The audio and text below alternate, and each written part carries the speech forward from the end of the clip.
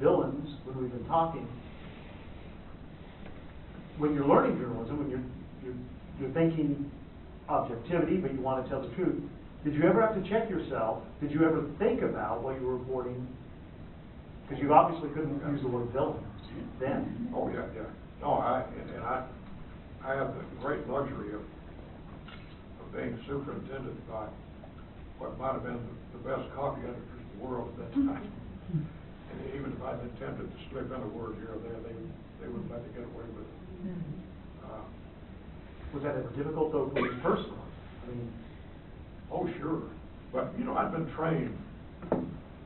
By the way, Heather, you left out the Joplin Globe. I spent a year at the Joplin, Missouri Globe. And starting there, and in journalism, we were taught that you don't do that. The reporter is not the story. You don't put yourself in the story. And God knows you don't express an opinion. right. That's the people upstairs who write the editorials. We don't do that. I worry about that a little bit now. A little bit?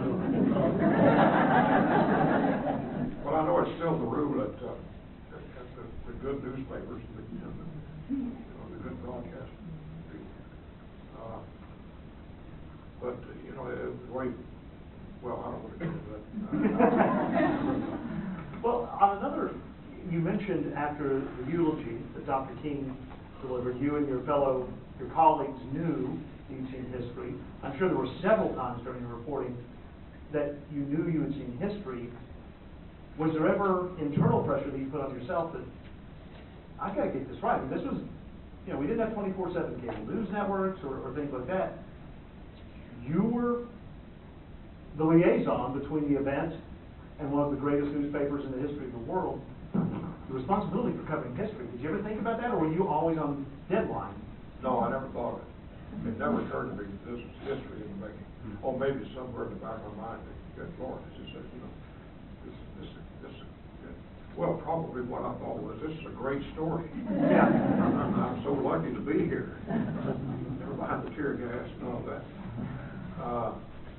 I told Vincent the other day that I had 8 years at the Arkansas Gazette, a year at the Globe, and 14 years at the Times. And I wouldn't take anything for it. It was just great fun.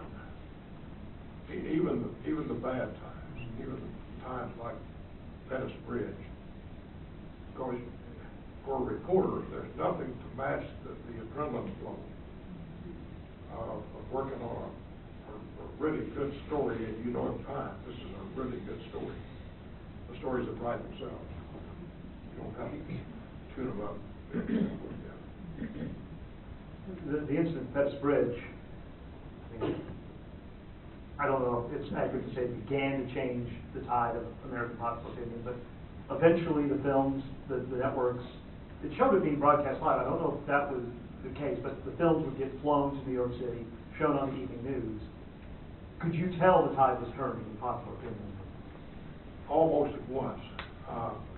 First, because of the TV. These were the real heroes. Well, not just Pettus Bridge, but over and over in situations like that.